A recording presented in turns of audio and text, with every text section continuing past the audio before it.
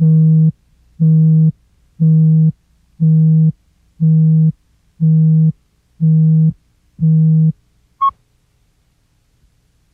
many of you all in this room right now have ever used a computer before? If AARP and Microsoft have their way, there will be no generation gap in the computer age.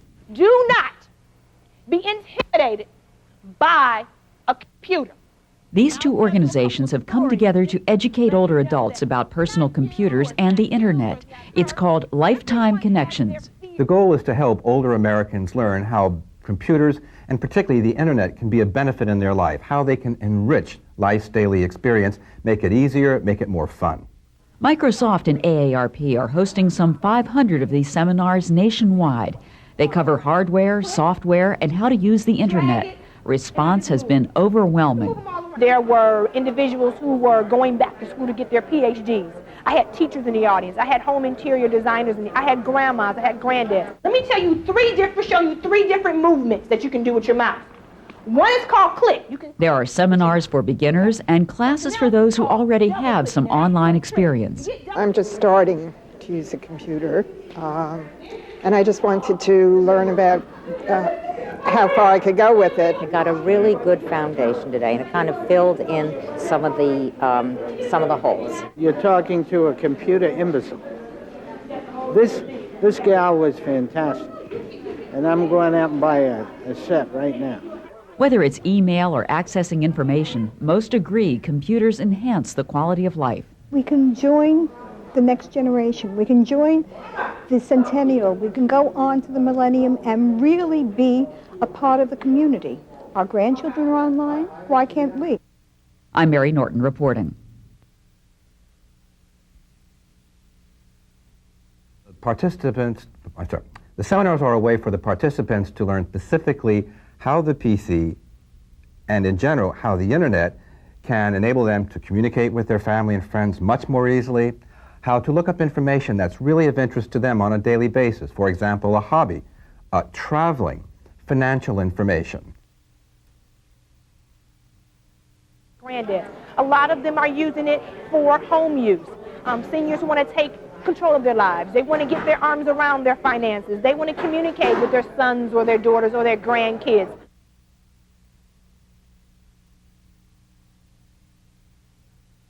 You know, every time I do one of these programs, I'm astonished at not only the turnout that I get, but the enthusiasm that I receive from the seniors. A lifelong experience. We don't stop learning when we're 65 or older, or 55. Our brains don't stop, and if you don't use it, you lose it. Therefore, we have to do it. And there's another reason why we use computers, or we want to use computers, so that we can join the next generation. We can join the centennial. We can go on to the millennium and really be a part of the community. Our grandchildren are online. Why can't we?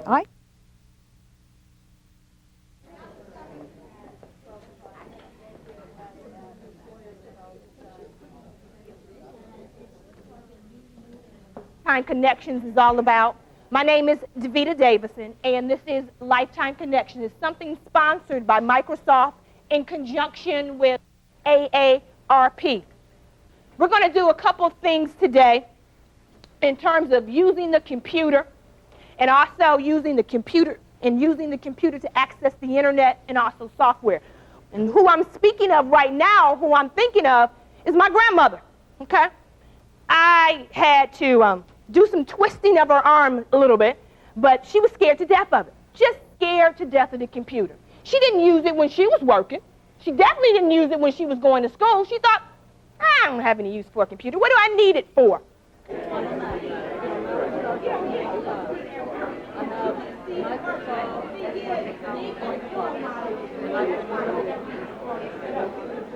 We're not talking about Word, the word processor, your application program. And application software is different from system software. Oh, I see. So Windows is system. Now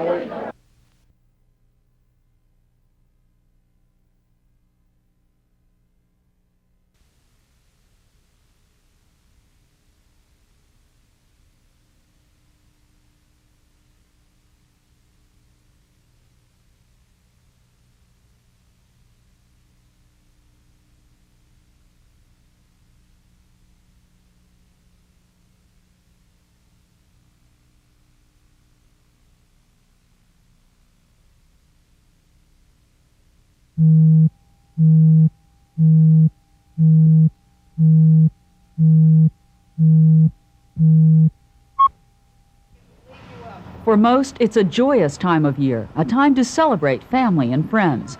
But it's also a difficult time for many people.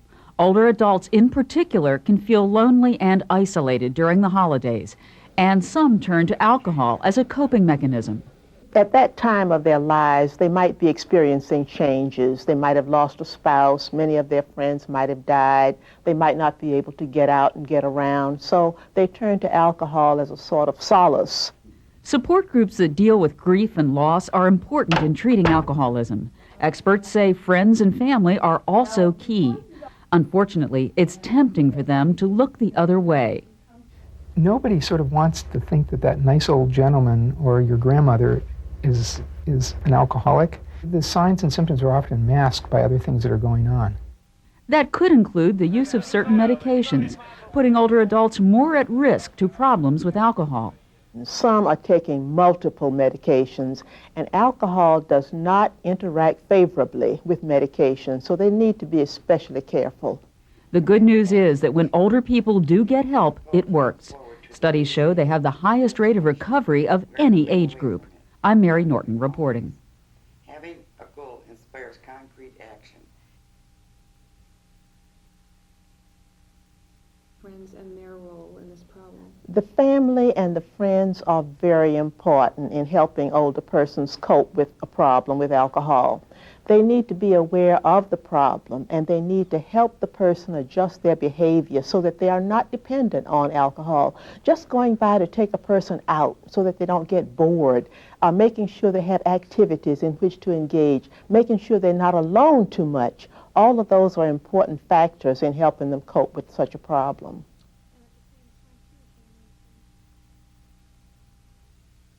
Explanation for why their liver enzymes are elevated. Probably the most important thing with older persons is also their clues that you get from the environment. Family usually notices, geez, grandma just isn't quite, doing things the way she used to do. And there's sort of this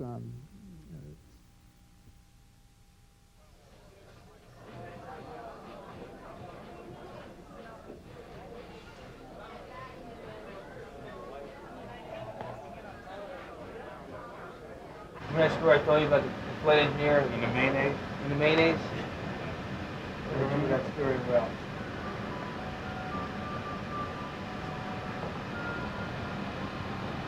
Good story. What happened?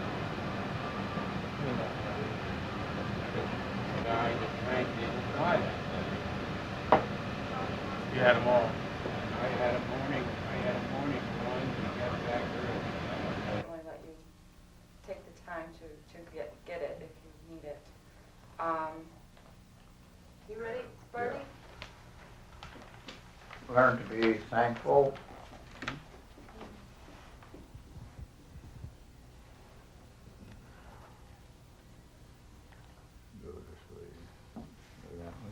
Me? Okay. My goal for today. When you and I add the burden of those two awful eternities, yesterday and tomorrow, that we break down. It is not the experience of today that drives us mad. It is the remorse or bitterness for something which happened yesterday or the dread of what tomorrow may bring. Real bad. Yeah. And after years, but if you had a stroke, I can understand that. Yeah. I've had a lot of medical problems, awful lot. That's my big problem. Were you in the hospital? Not me.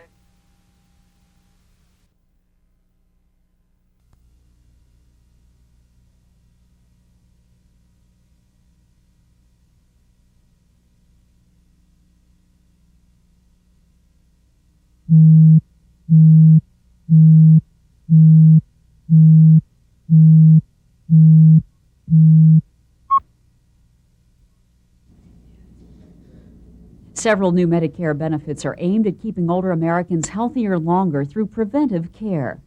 Well, the new preventive services under Medicare in 1998 are a very important addition, and they in fact will save thousands of lives. Beginning in January, Medicare will cover annual mammograms for beneficiaries over 40. Before, Medicare paid for mammograms only every 2 years. Also in January, regular screenings for colorectal cancer will be covered under Medicare.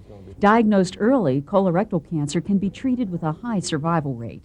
Another new benefit, Pap smears and pelvic exams will be reimbursed every third year for women at average risk for cervical cancer, annually for high-risk patients. Then, starting in July, 2 more important benefits will be added: bone density measurements for women at high risk for osteoporosis and training services for diabetes self-management. Well, it's very important. Medicare is now in line with the private insurance market, and those over 65 will begin to receive some of the same benefits that the under 65 population has been receiving. Officials hope these new benefits will encourage patients and doctors to focus on prevention and early detection of diseases. I'm Mary Norton reporting.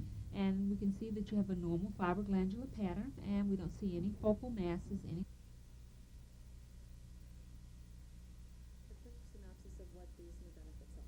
Well, the new Medicare benefits in 1998 include mammography screening, colorectal cancer screening, Pap smears, a bone density test, as well as diabetes self-management.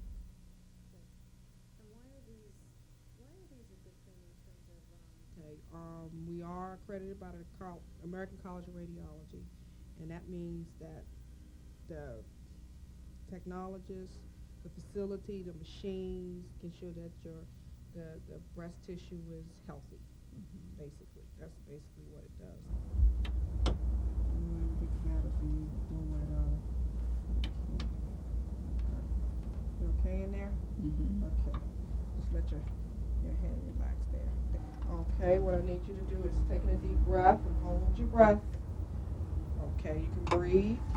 Okay. All right, step back.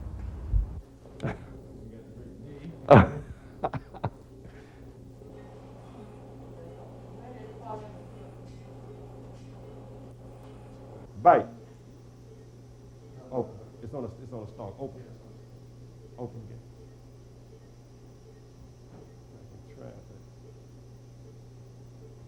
In different parts of the colon. Yeah. Now, exactly when you get in the transverse colon, does that architecture change? I'm not going to say. But somewhere in the transverse colon, usually the pattern becomes triangular.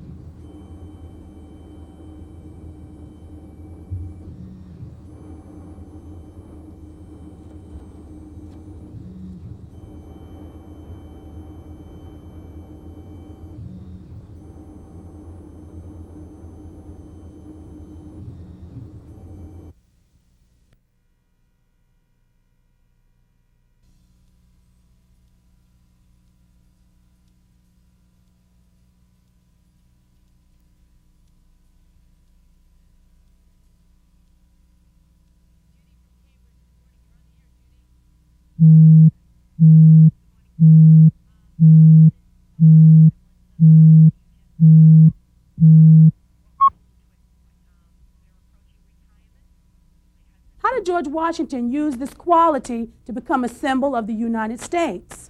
A traditional scene, a lesson in American history. George Washington and the Continental Army. But nowadays, more and more teachers are using a new tool, cable in the classroom. Just to see them watch the television, as a learning tool, it's so much more exciting than sometimes reading the textbook or listening to the teacher lecture them.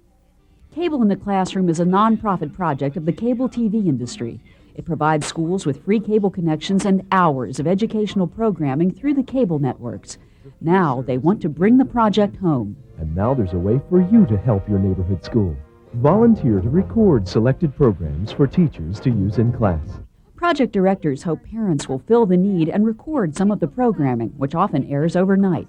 As a former teacher, I sit there and say, this should be available to a classroom teacher. Definitely. And they want to tap into another big resource, retired teachers. I'm often at home watching these programs and thinking that they belong in the schools, and what a way to do this. This is great. What we're going to be asking of retired teachers is to tape programs that the media specialist wants for their school, and then to mark what the program is and submit them back to the school. Many retired teachers may choose to do more than that. That's because retired teachers bring an added benefit, years of experience and expertise to help young minds grow. I'm Mary Norton reporting. He was always there for his men. He never let them down. He was always right there helping.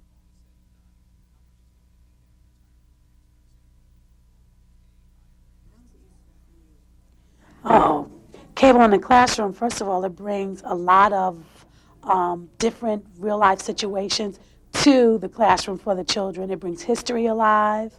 It brings their books alive for reading, literature. It's very useful. And the children, it's the technology that the children have been, a lot of times, it's taught that, television is not something you want to use. What about for older people who can't get out? That's right. Some people would like to volunteer in the school. There's no way they can get into a car and come here every Wednesday. But you can see how they could download a program from the television and then send it in to the teacher at her request. Very simple thing to do, but very, very helpful. And having been here today and seen this happen and seen the teaching that Who have responsibility for taping the program don't have enough time to tape the program. And because so many of the cable in the classroom programs the teachers may want in their classrooms air in the middle of the night or early in the morning, retired teachers can set their VCRs, for instance, before they go to bed and tape a program while they're sleeping. He married a woman named Martha, and she became very popular. She was already someone that was quite well known in the society world, but when she married him, she really became very, very popular. Things that you could look at and see right away. Kate. He had white hair. And back then when you had white hair, do you know what that was when men had white hair? Matthew?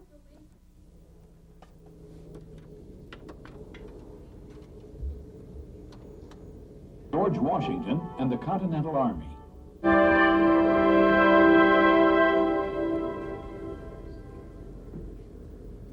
In 1775, Congress created the Continental Army. His military aspirations, and for more than 10 years managed his estate, Mount Vernon. Now, just before the Revolution, at the time, it was a crapshoot. As George Washington traveled from Philadelphia to Boston. Fighting force. Mary. I always pictured him as a small man. I didn't know that he was big. Right, you always pictured him as a small man, and you could really notice That wasn't really ready for the army. They brought them together to make him ready. Yes, good, Alex. He had a big job. That's Be right. efficient. That's right. He had to be good. He had to be efficient. He had to know what he was doing. He had to change those Smith. They weren't even in the country. They were actually, but they were in the country, but they weren't from the country.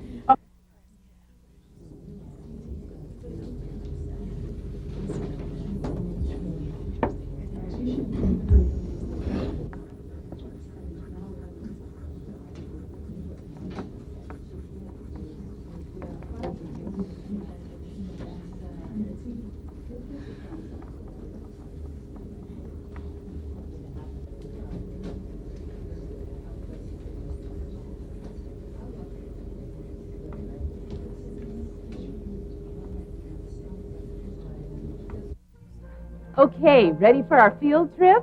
If it's cable in the classroom, it's gonna be awesome. It's like 37 different cable networks with all these cool shows to use in class. There are no commercials, and it makes learning a total adventure. Cable in the Classroom is a free service of the cable television industry, and now there's a way for you to help your neighborhood school. Volunteer to record selected programs for teachers to use in class. Okay, now what do we learn here today? Now, Cable in the Classroom comes home.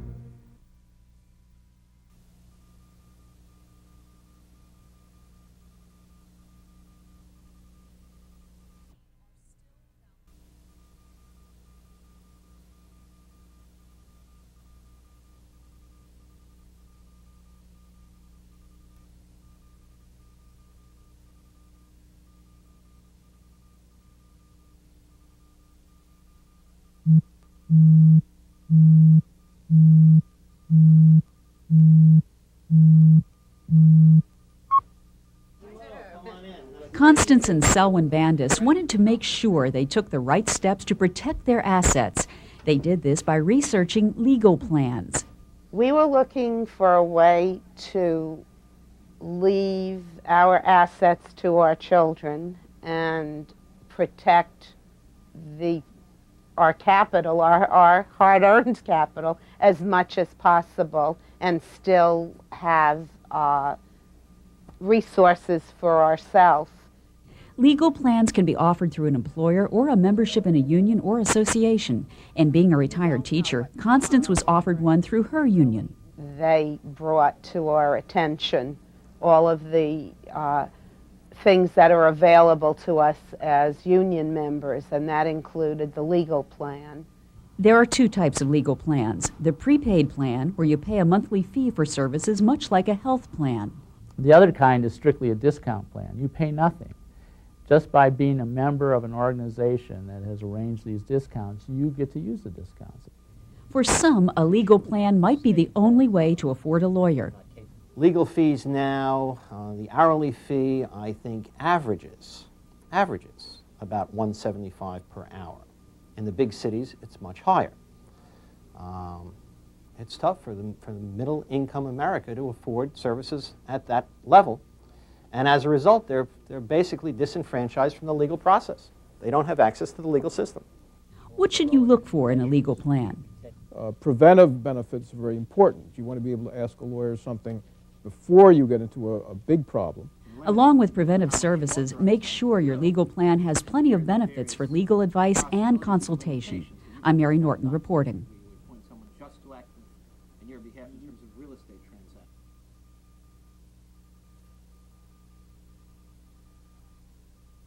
And usually, when you want a lawyer, you have questions in your mind, and that's when you need somebody you feel secure about.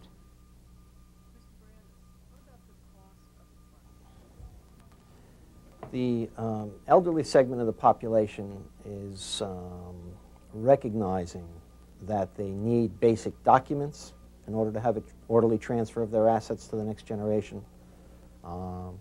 They are bombarded by the media with ideas that talk in terms of trusts, powers of attorney, living wills, all these technical terms that are probably misunderstood in large part. The legal plans not only can provide them with those documents, perhaps at no cost, but we can certainly provide them with an explanation as to what those documents mean to them and to their families. What should a consumer look for in a prepaid legal plan? Well, I think the first thing is that the consumer should see if a prepaid legal plan is something that they want to use, they can use. They have to know how to use it, where to get the lawyer that they're going to consult, and to make sure the plan has plenty of benefits for legal advice, preferably over the telephone, so that they can ask a lawyer questions before they get into big legal difficulty.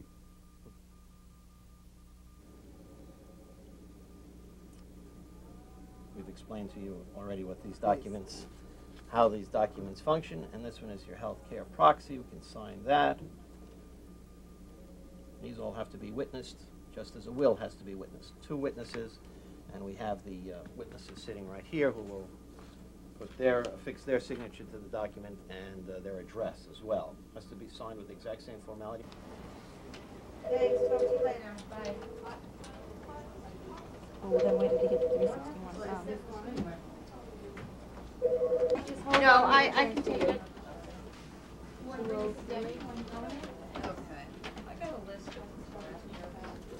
Hi, how can I help you? And then reach for the book.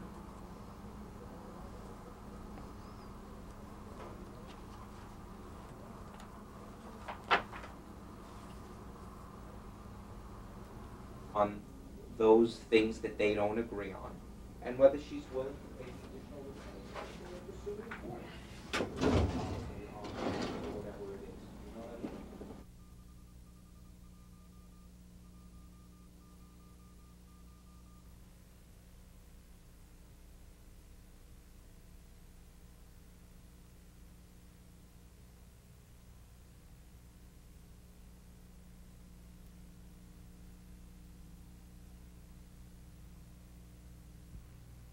Pneumonia!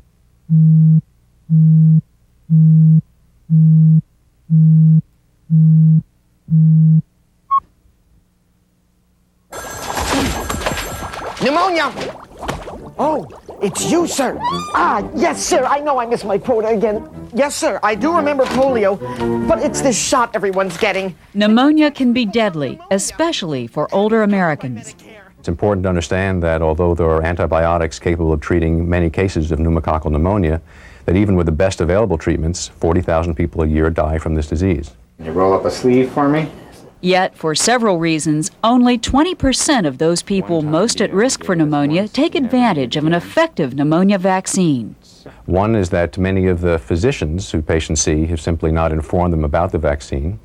Another is that patients confuse immunization against pneumococcal pneumonia with the flu vaccine, think they've already gotten this shot. And a third is that people are concerned about the potential side effects of the immunization. And if we're lucky, you won't even need a Band-Aid. Doctors say the vaccine is very safe. It's covered by Medicare, and most of the time, you only need to have it once. Immunization for pneumococcal pneumonia appears to be long-lived, lasting several years, perhaps lifelong. And that translates to protection, but only if you get the shot. I'm sorry, sir, but what can I do? Just concentrate on older people who didn't get the shot? I'm Mary Norton reporting. That is a lot.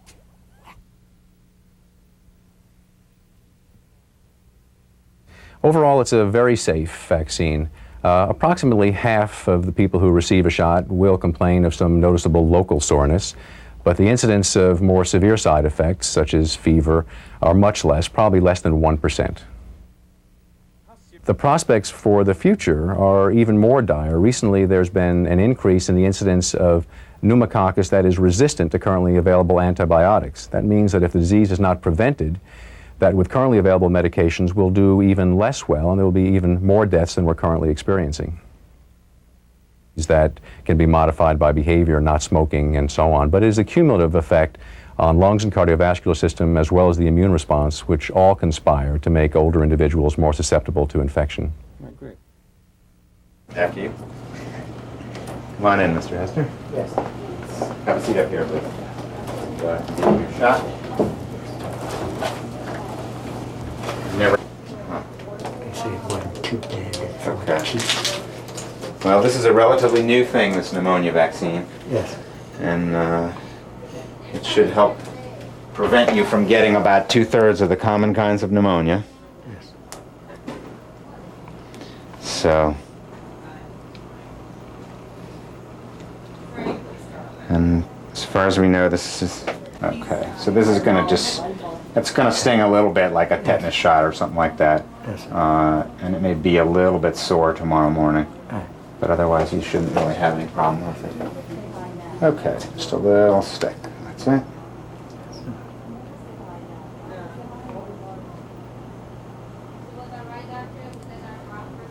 Okay. And That's it.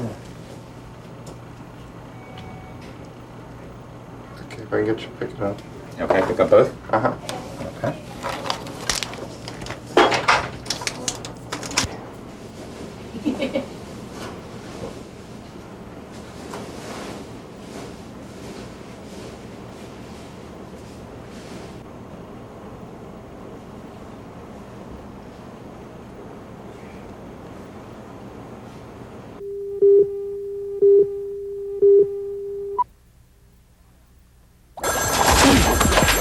Pneumonia! Oh, it's you, sir. Ah, yes, sir. I know I missed my quota again. Yes, sir. I do remember polio, but it's this shot everyone's getting. It protects people from pneumonia, and it's covered by Medicare. I'm sorry, sir, but what can I do? Just concentrate on older people who didn't get the shot? You're right. That is a lot. Ask your doctor. Get the shot.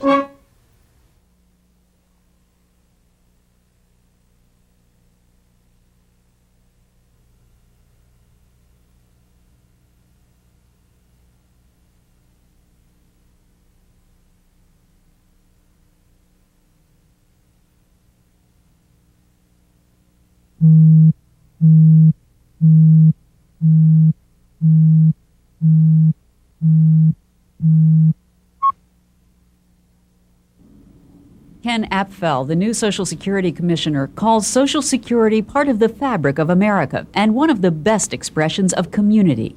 It's an enormous anti-poverty program in this country. The poverty rate for the elderly now is about 10%.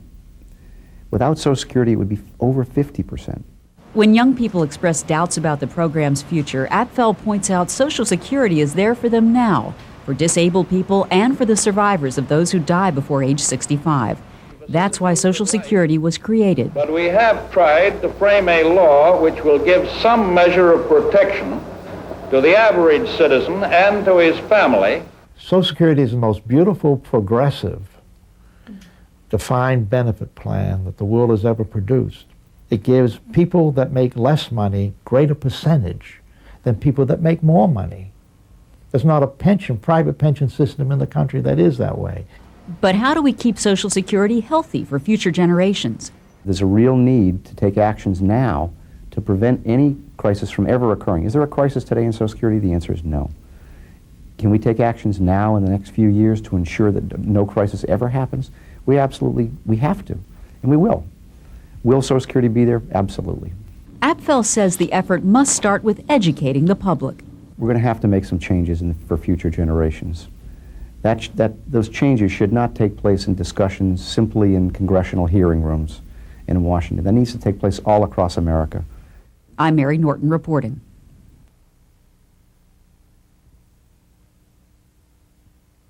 All across America. We need to have a debate in this country in family living rooms all around the country about what America's retirement system should look like in the future. And we need to talk about the fact that there are some tough choices that need to be made, given the aging of the population and the increase in the number of older Americans in the future. So we need to have that debate all around the country.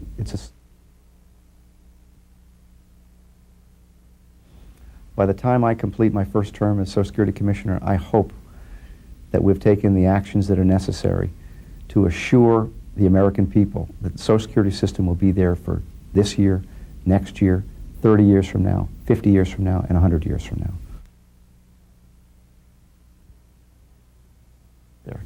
But I believe at the end of the day, after that debate that takes place, people will come together and say, do we want a FLORA protection? Do we want America's family protection program to continue? Absolutely. And they'll then make the choices that we need to make.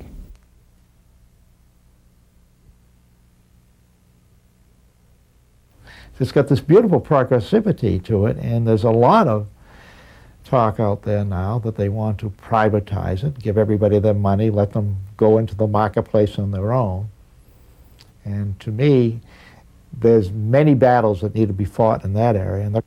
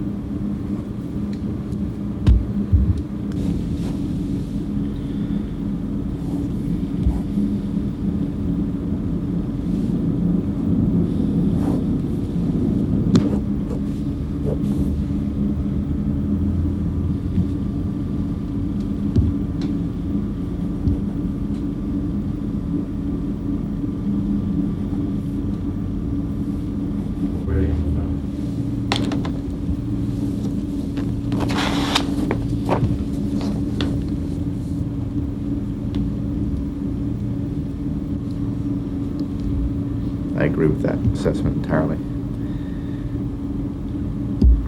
That would be an important thing to do, for sure. Absolutely. Absolutely.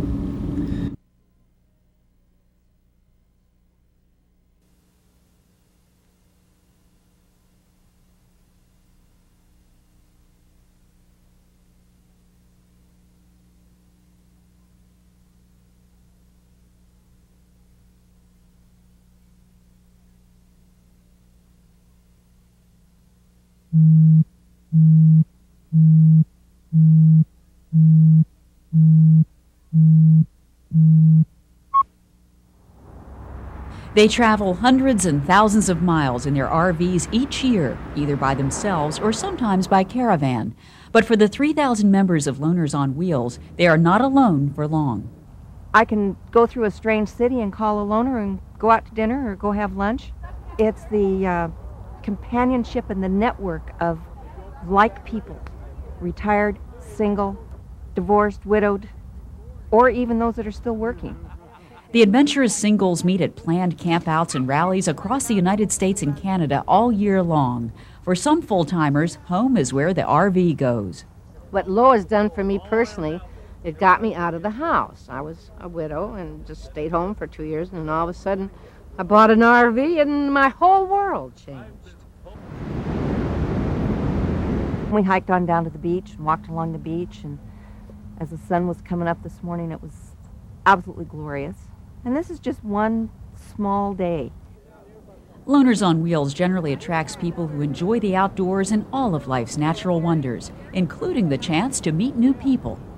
I joined Loners on Wheels to make a whole new circle of friends. The people I've met, the friendships I've made are very close and warm and personal. We are single and we don't fit into a couple's world anymore.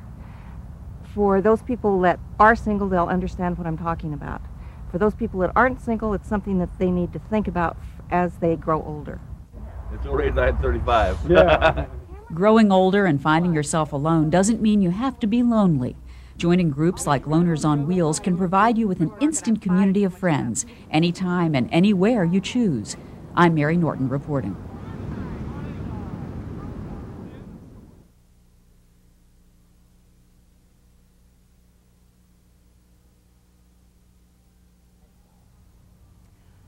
Well, probably so you don't have to mow your front yard. If the grass gets too big, you just move.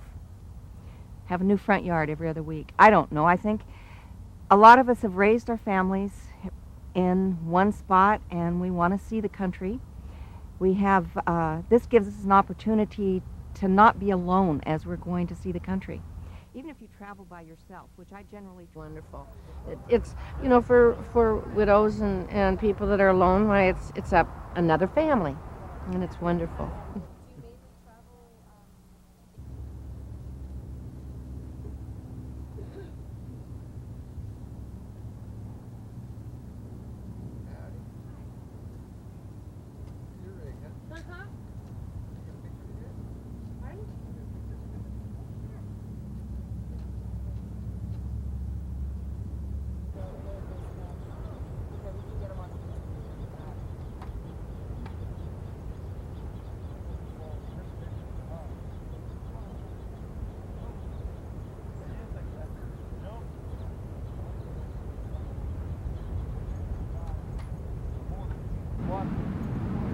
Right on the cliff. And you just park it in just one big, like a big field. $10 a night. How far is it from here? Well, when you go, there's only Highway 15. Okay, well, I go from Santa Barbara. Well, see, I left my bag. And you go careful, Austin. Well, from here to Barstow. Oh, yeah, but then I would have driven for 5 hours. Yeah. You know, this way. It should be only It is paid for 5 about hours. 3 Yeah, hours. yeah, I can sleep. Barstow to Paso. So how long are you out for? Man, you drive. Because it is,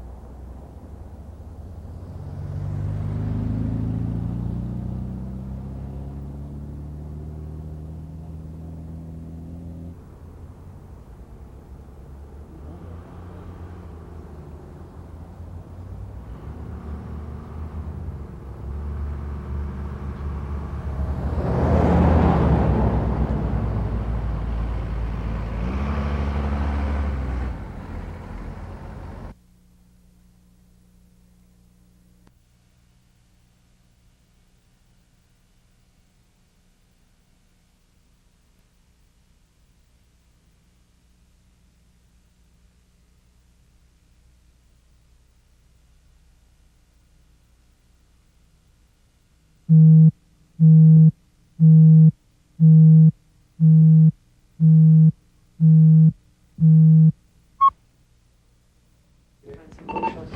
to Orion.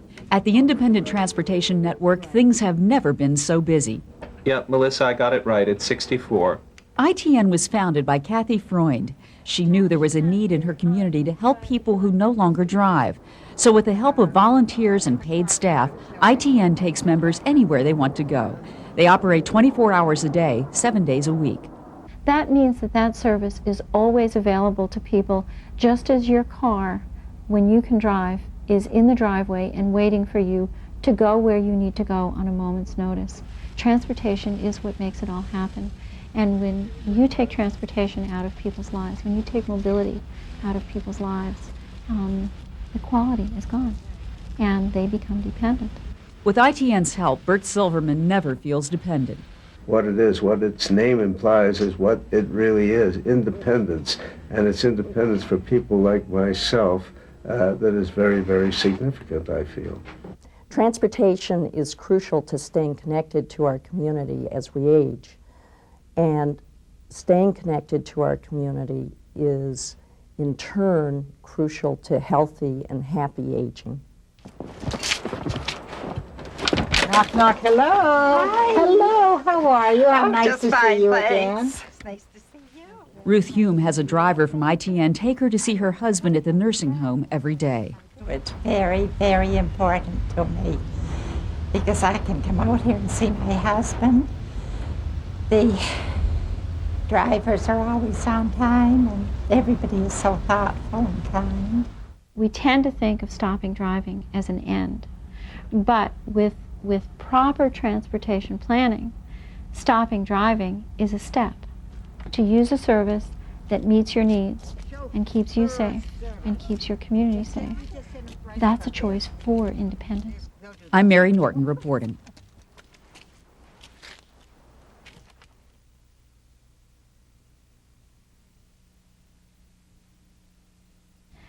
But beyond that, when you're a senior and you can't get someplace unless someone helps you with your transportation, having a person from the community pull up to your door and smile and say, "Hi, how are you?" and offer you a ride means that you're part of the community. It means that you're not off there on the margins, closed in and not able to get someplace. And it's a social interaction. Social interaction is such a wonderful thing from the point of view of the senior. From the point of view of the volunteer, it is, and they've told me this, so I'm not just making this up. From the point of view of a volunteer, giving someone a ride is a really concrete way for them to see the face and hear the voice of the person in the community that they are reaching out to. It's an entirely different kind of volunteering. Okay, we are going to manage not to run you over.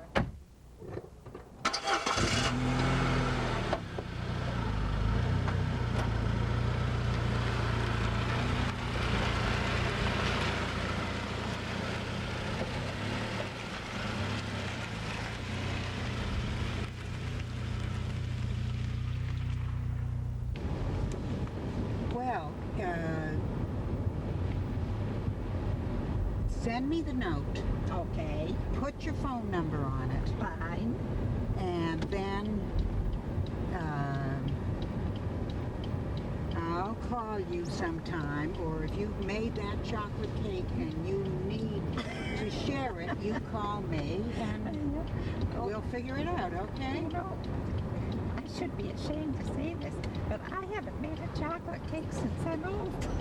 Well, then that's all the more reason to make one. Just been holding on for you. Well, what about John? Wouldn't John...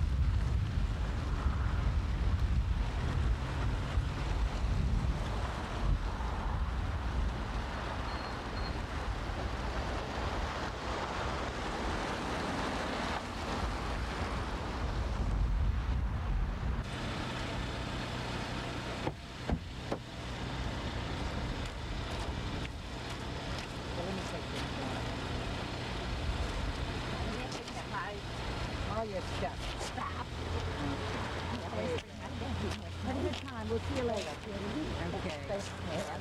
get that note. Okay, great.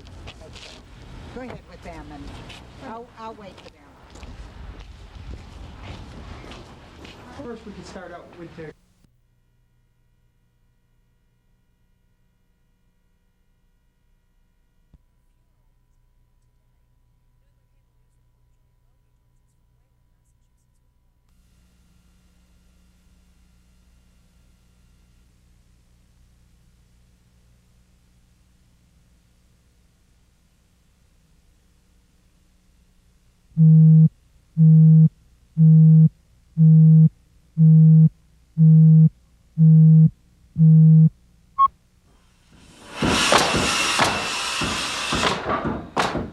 It started last year, step by step, the makings of a different kind of home.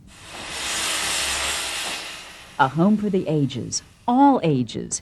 You'll see why as you tour this house of the future. The beautiful whirlpool tub has your cantilevered seat, which is wonderful for either sitting down to get into the tub easily, or as a place to sit when bathing a child. It's called universal design. A universal design house is designed to enable older persons as well as younger persons and people of any age and ability to remain in their home and be comfortable, be safe, and most of all, be able to maintain their independence. Some features of this special home: a fold-up shower seat, pull-down shelves in the kitchen, textured tiles that prevent skids, a one-handed toilet tissue dispenser, levered door handles. The entire house was built to accommodate aging in place, even the stairs. So that the step itself is wider than the standard step. I have 11 and a half, almost a 12 foot. I can put my whole foot right up there. We've obviously tried to provide comfort, adaptability, safety, and aesthetics all together into a good design that works for most people. Multi-leveled kitchen countertops for people of all heights and space for a wheelchair. Our main goal is to make this the standard of the future for new homes, but also to go back and use those features to modify existing homes. and one of the features, easy accessibility to the rods. This is for your belts. Advocates for our aging population say they hope builders will see this house and change the way they build houses. I'm Mary Norton reporting. You can have your garment bag hanging there, have it all ready. Lots of shelves with a folding.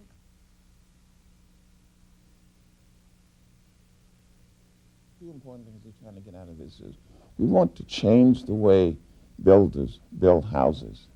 Builders have been building houses to their satisfaction, and people will continue to buy them because they haven't thought to the extent the environment impacts their ability to remain in their homes. And if we can mainstream the concept on homes, this kind of the features that we're featuring in this house makes it possible for anyone to adapt certain specific features of this house, either one or more, to their existing home, to modify their homes to make that older home more comfortable and safer.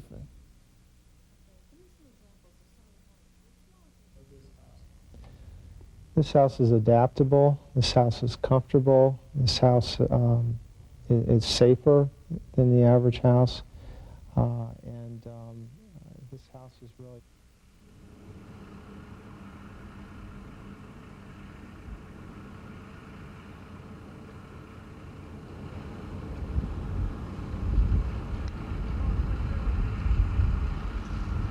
That we find beneficial is this particular ironing board that just comes right down out of the wall. Makes it very, very easy to iron from either this side or the reverse side. Just slips right up and right back down, out of sight and tucked away nice and neatly. Out of sight for the next time you want to use it. Door closes, it stays there, and it stays tight. We also have over here on the left, we have two wonderful machines. We have front load washer, front load dryer, which certainly makes it easier for those that are handicapped in wheelchairs or either in on a walker. Side sliding oven door, which makes it much easier to take something out of the oven and put on the counter this way rather than having to open the oven the other way. It's particularly good for people that in a wheelchair because they don't have to raise the door up. Next, I think I'll show you the dishwasher, which is about 3 inches taller than the regular dishwasher, which makes it easy to get to. If you can't bend and so forth, I think this is a nice feature. Okay, going back to... You have your dual faucet controls. If you want to sit down, the temperature is first controlled before you would sit in the shower. The temperature is controlled right here. It has all the temperatures on the control knob. If you were taking a shower, if you're taller than most people, the shower head here is raised so that you may use this control and take stand-up shower. Here you have your guardrail again. Or if, as I said, if you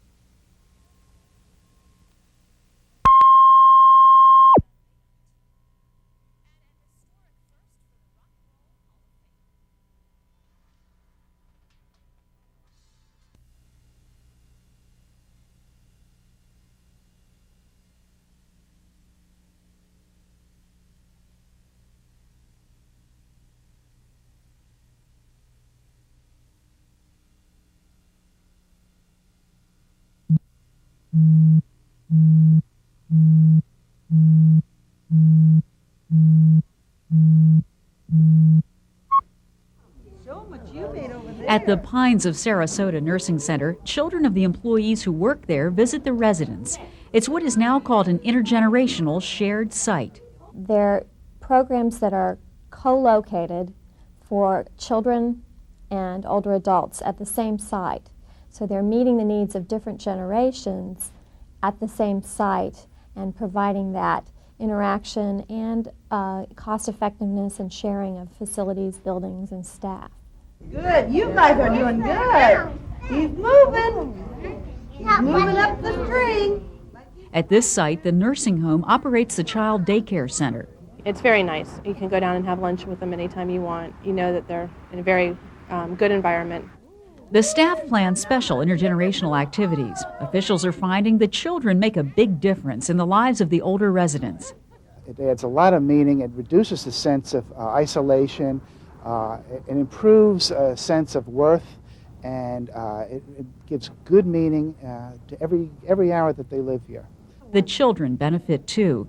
The extra attention makes them feel special, and by spending time with older people, they get to know them, changing their images of aging. And they don't act like it's something to be afraid of or like the person's different because they're in a wheelchair. They just accept them as they are. You're a good boy. You know it? Yep. Officials say the smiles, the hugs, the warmth residents share with the kids is contagious. I'm Mary Norton reporting.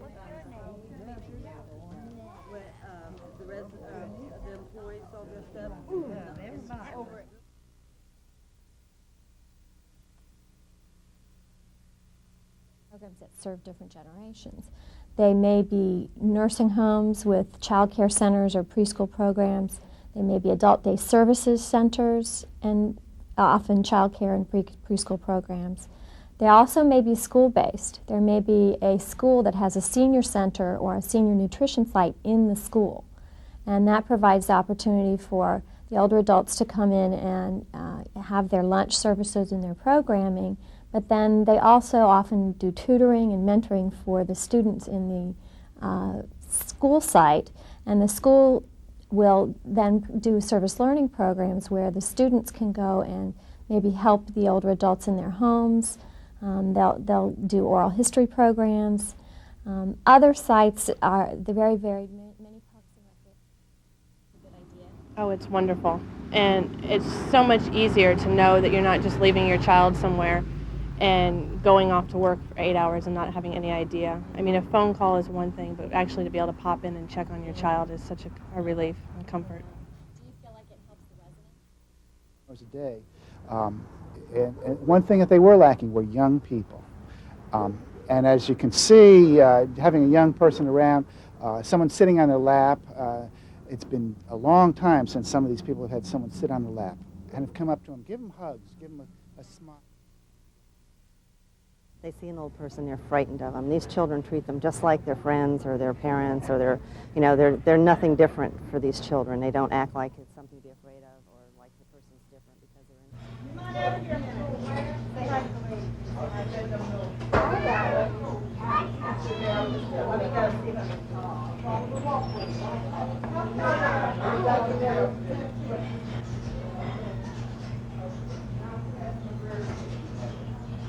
Kelly!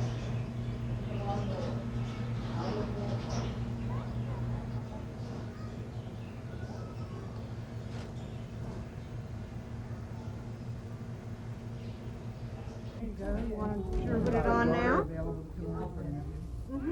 I think that'll be nice. I'm going to help you.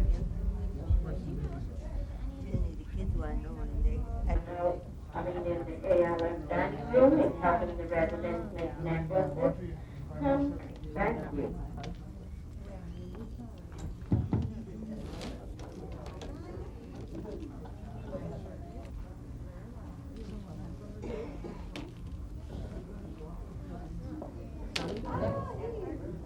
Come on, Shane, let's go. We gotta go back.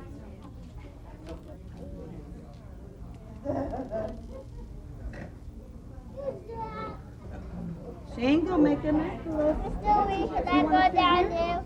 Play with a spider? You can. Well, when he falls, you can go under and get him, okay? Try to make him fall. Charlie, come on, come on. Make him come over to you. Come on, move him. Come on, Danny. Get him.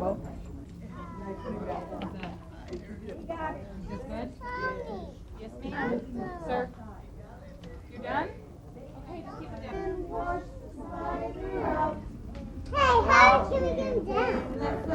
And dry up all the rain, and the itsy bitsy spider went up the spout again.